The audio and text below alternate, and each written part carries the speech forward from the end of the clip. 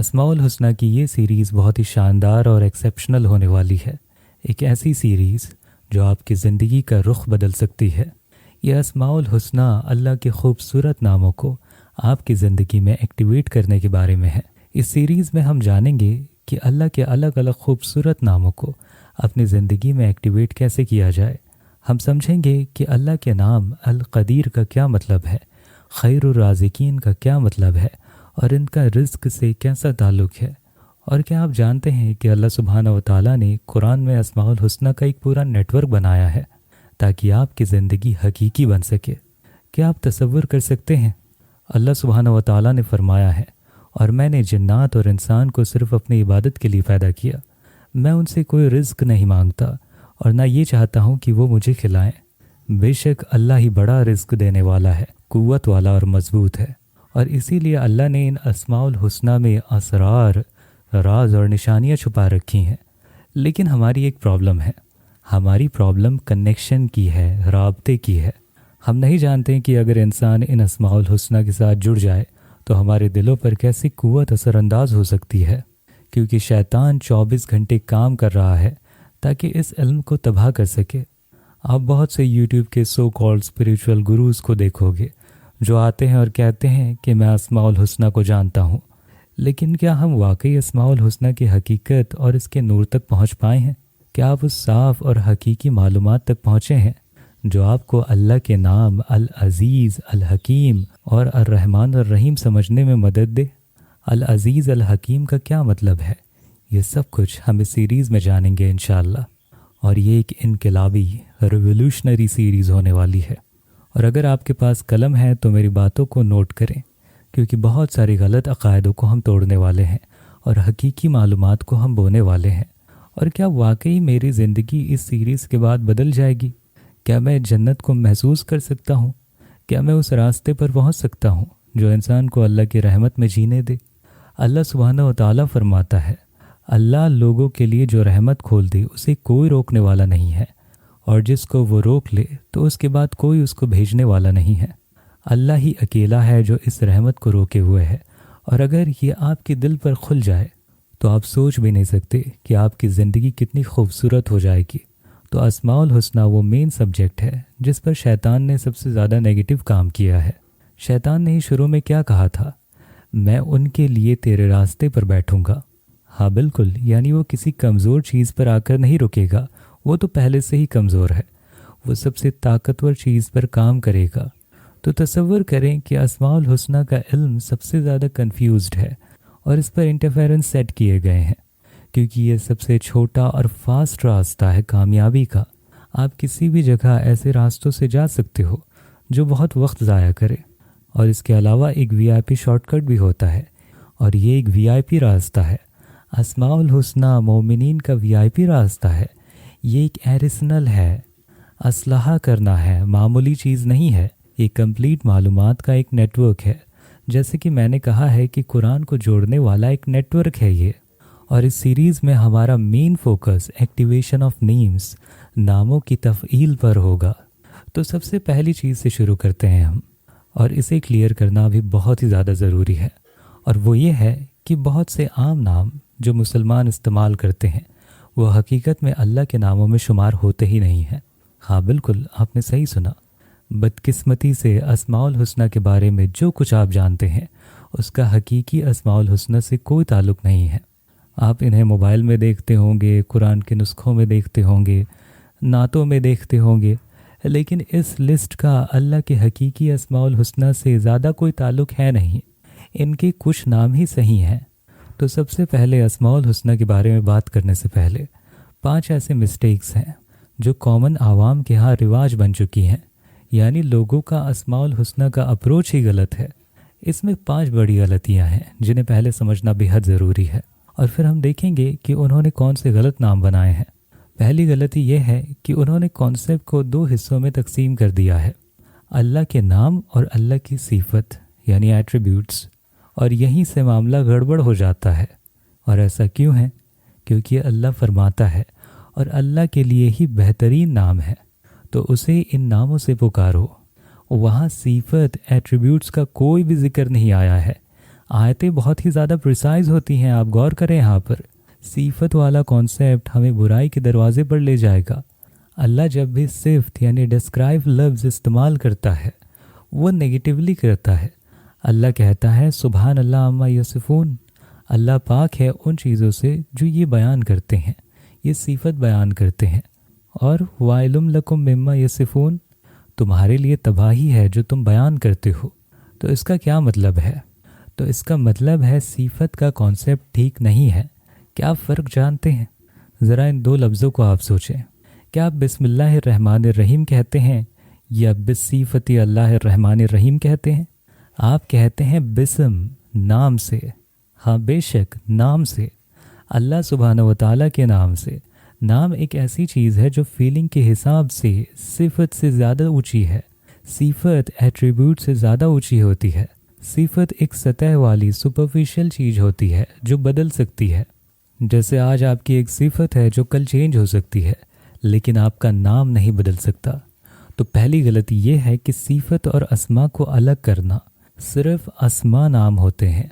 اور دوسری بات، اگر ہم ابھی راستے پر چلتے ہوئے کسی بھی مسلمان یا مذہبی عالم کا ٹیسٹ لیں اور پوچھیں کہ بسم اللہ الرحمن الرحیم میں اللہ کے کتنے نام ہیں، تو وہ فوراً جواب دے گا اللہ، الرحمن اور الرحیم، یعنی یہ 3 نام ہیں۔ لیکن حقیقت یہ نہیں ہے۔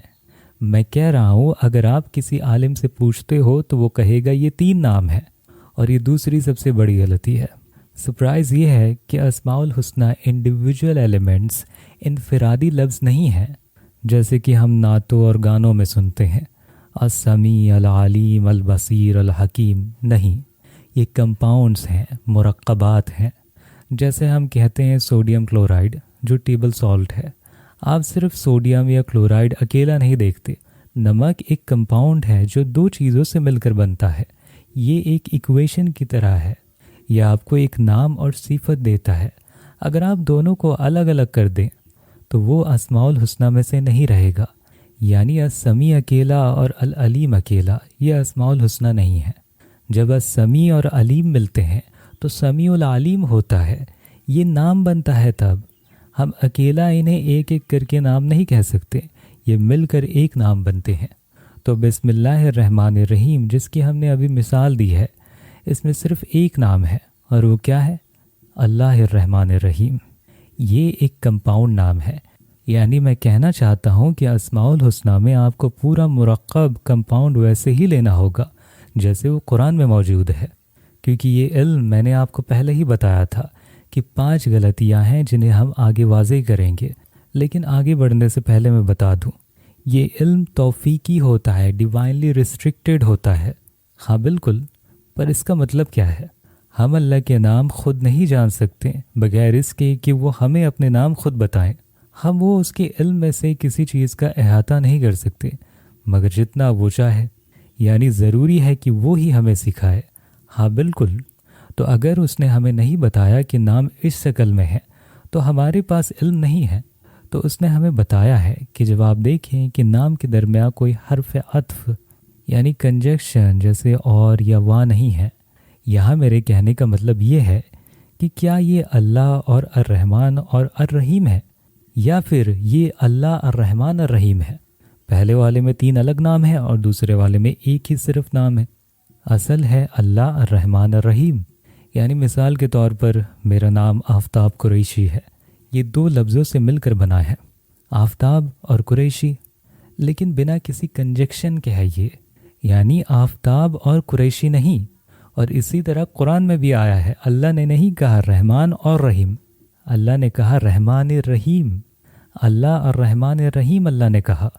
اور یہ ساری چیزیں اب کلیئر ہیں، بالکل کلیئر ہیں، صاف ہیں۔ تو اس کا مطلب ہے کہ اسماء الحسنہ بہت ہی سینسیٹیو ہے، حساس ہے، ہم اس میں کوئی اضافہ یا کمی نہیں کر سکتے، اور اسی وجہ سے یہ اس عام اور مشہور لسٹ کو تباہ کر دے گا جس میں 99 انڈیویجول ورڈز ہیں جو ہم سبھی جانتے ہیں۔ تو یہ دوسری غلطی ہے۔ تو پہلی غلطی یہ تھی کہ اسماء اور صفت یعنی نیمز اینڈ ایٹریبیوٹس جیسی کوئی چیز نہیں ہوتی۔ ہاں، لیکن اسماء نام اور افعال ایکشنز ہیں۔ اللہ کے نام اور اللہ کے کام بس اتنا ہی ہے، لیکن اللہ کی صفت نہیں ہے۔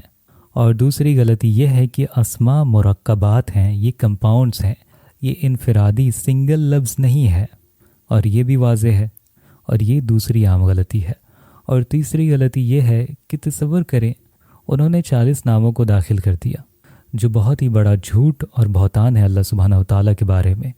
جیسے کہ بہت سے لوگ کہتے ہیں الصبور اللہ کا نام ہے، یعنی بہت صبر کرنے والا۔ کیا آپ کو لگتا ہے کہ اللہ کو صبور کہنا ٹھیک ہے؟ اس کا مطلب تو یہ ہوا کہ اس میں برداشت کرنے کی قوت ہی نہیں ہے، یا وہ نہیں جانتا کہ صبور کا مطلب کیا ہوتا ہے، یا وہ نہیں جانتا کہ صبور کا مطلب ہے کہ صبر بہت ہی زیادہ کڑوا ہوتا ہے جیسے لوگ کہتے ہیں۔ یہ اللہ کے لیے استعمال نہیں ہوتا، یہ بندوں تک سیمت ہے۔ صبر کرنا، یہ ساری چیزیں انسانوں تک محدود ہے، یہ اللہ پر فٹ نہیں ہوتی، یہ انسانی صفتیں ہیں۔ اللہ نے اپنا نام الحلیم بردبار رکھا ہے، لیکن صبور تو ایک انسانی صفت ہے، اور وہ ہمیں صبر پر اجر دیتا ہے۔ صبر کا مطلب ہے کسی چیز کا انجام، رزلٹ جاننا، اور اسی لیے آپ برداشت کرتے ہیں۔ تو آپ کے پاس مثلاً الصبور ہے، تو یہ ایک انسانی صفت ہے جو انہوں نے اللہ کے لیے رکھ دی ہے، اور یہ ایک بہت ہی بڑی غلطی ہے اگر آپ دھیان سے سوچو۔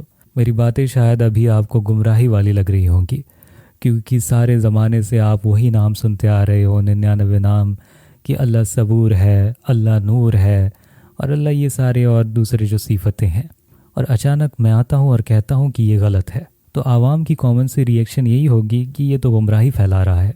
پر میں چاہتا ہوں کہ میں جو بھی آپ سے کہہ رہا ہوں اسے آپ دھیان سے الگ سے بیٹھ کر سوچیں، اور اسی لیے میں نے آپ کو شروع میں کہا تھا کہ پین اور پیپر لے کر بیٹھیں، اور یہ ایسی چیزیں ہیں جن پر دھیان سے غور کرنا بے حد ضروری ہے، ورنہ آپ اس کے ایسنس تک کبھی نہیں پہنچ پاؤ گے، اور انہیں اپنے زندگی میں کبھی ایکٹیویٹ نہیں کر پاؤ گے، جو کہ ہماری اس سیریز کا مرکزی موضوع ہے۔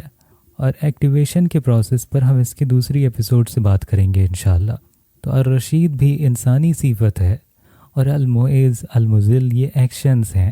وہ جسے چاہتا ہے عزت دیتا ہے اور جسے چاہتا ہے ذلت دیتا ہے۔ یہ افعال ہیں، ایکشنز ہیں، انہیں اسماء ناموں میں مت بدلیں آپ۔ وہ المعز بالکل بھی نہیں ہے، وہ العزیز ہے، وہ زبردست ہے، وہ رب العزت ہے، عزت کا رب ہے۔ میں کسی الہی ایکشن کو لے کر اسے نام میں نہیں بدل سکتا۔ مثال کے طور پر آپ نے نہیں پھینکا جب آپ نے پھینکنا تھا، بلکہ اللہ نے پھینکا، رما۔ یہ ایک الہی فاعل ہے۔ کیا میں اس لفظ رما یعنی پھینکنا، اس کو پکڑ کر اس سے الرامی پھینکنے والا نام بنا سکتا ہوں؟ بالکل بھی نہیں۔ اور اسی طرح لوگ کر رہے ہیں، اور وہ جسے چاہتا ہے عزت دیتا ہے اور جسے چاہتا ہے ذلت دیتا ہے۔ کیا میں اس سے مذل بنا دوں؟ یہ اللہ کے افعال ہیں، ایکشنز ہیں، یعنی یبسطو کشادہ کرتا ہے اور یقبتو تنگی کرتا ہے، اور یہ دونوں ایک دوسرے سے الٹا ہیں۔ لیکن اللہ الوسیع کشادگی والا ہے۔ ہاں بالکل، آپ اسے القابض تنگی کرنے والا نہیں کہہ سکتے، بالکل بھی نہیں۔ وہ کشادہ کرتا ہے اور وہ تنگ کرتا ہے، یہ ایکشنز ہیں اس کے، اور وہ بھی النافی نفع دینے والا اور الدار نقصان دینے والا نہیں ہے۔ تو اس کا کیا مطلب ہوا؟ الدار، آپ نے اسماء الحسنہ کا نشید یا گانا سنا ہوگا، تو جب بھی آپ اسماء الحسنہ میں الدار پر آتے ہیں تو میں آپ سے کہتا ہوں کہ آپ اس کے معنی پر غور کرو، تو آپ کو ترنت ایک نفسیاتی طور پر تکلیف محسوس ہونے لگے گی، اور یہ دراصل آپ کو باطنی سطح پر بھی گھٹن محسوس کرواتا ہے۔ الدار یعنی نقصان دینے والا، اس کا مطلب تو یہ لگتا ہے کہ جیسے مانو وہ گھات لگائے ہمارے لیے بیٹھا ہوا ہے، اور ہاں بے شک شیطان اس پر زور دیتا ہے، اور وہ الدار پر زور دیتا ہے۔ اور اسی لیے میں نے آپ کو کہا کہ اسماء الحسنہ کا علم خصوصی ہدف ٹارگیٹڈ بنایا گیا ہے۔ آپ دیکھیں ہمارے پاس دین کے علوم ہیں، جیسے کہ عقائد، تفسیر، حدیث، سیرت، فقہ، احکام وغیرہ وغیرہ، اور جس علم پر شیطان نے سب سے زیادہ گہرا احاطہ ڈالا ہوا ہے وہ اسماء الحسنہ ہے۔ خاص طور پر یہی علم ہے کیونکہ یہ اللہ تک پہنچانے کا سب سے چھوٹا راستہ ہے، فقہ اور باقی تمام علوم سے بھی چھوٹا۔ تو آپ کے پاس النافی، الدار، القابض، الباسط، الخافض، الرافع، المحصی اور یہاں تک کہ لفظ المنتقم انتقام لینے والا بھی ہے۔ ہاں آپ نے بے شک صحیح سنا، المنتقم۔ اللہ سبحانہ و تعالیٰ کے کچھ نام ذو یعنی والا کے ساتھ ہوتے ہیں۔ جیسے کہ ذوالعرش عرش والا اور ذوالجلال والاکرام، تو ایک نام ہے ذو انتقام، انتقام لینے والا۔ ذل یعنی کسی چیز کا ہونا، تو کیا میں ذو انتقام کو پکڑ کر اللہ کا نام المنتقم رکھ دوں؟ بالکل بھی نہیں، المنتقم نہیں ہو سکتا۔ ذو یعنی والا، جیسے اللہ کا نام مثلاً ذوالفضل، فضل والا، میں اسے الفضل نام نہیں دے سکتا، وہ ذوالفضل ہے یعنی فضل کا مالک ہے، لیکن وہ خود فضل نہیں ہے۔ ہاں بے شک وہ اس سے بہت ہی زیادہ عظیم ہے۔ آپ کے پاس مثلاً المغنی، المقسط ہے، تو المقسط کیا ہے؟ اس کا مطلب ہے اللہ انصاف کرنے والوں کو یعنی المقسطین کو پسند کرتا ہے۔ یہ ایک انسانی صفت ہے، یہ انسانی عمل ہے، یہ انسانی صفت ہے، یہ انسانی صفت اسماء الحسنہ بن گیا۔ اور آپ کے پاس اسماء الحسنہ کے لسٹ میں المانی یعنی روکنے والا بھی ہے۔ المانی، کیا آپ خیال کر سکتے ہو اللہ سبحانہ و تعالیٰ جو بغیر مانگے اور بغیر حساب کے رزق دیتا ہے، وہ مانی روکنے والا کیسے بن گیا؟ وہ معانی کیسے بن سکتا ہے؟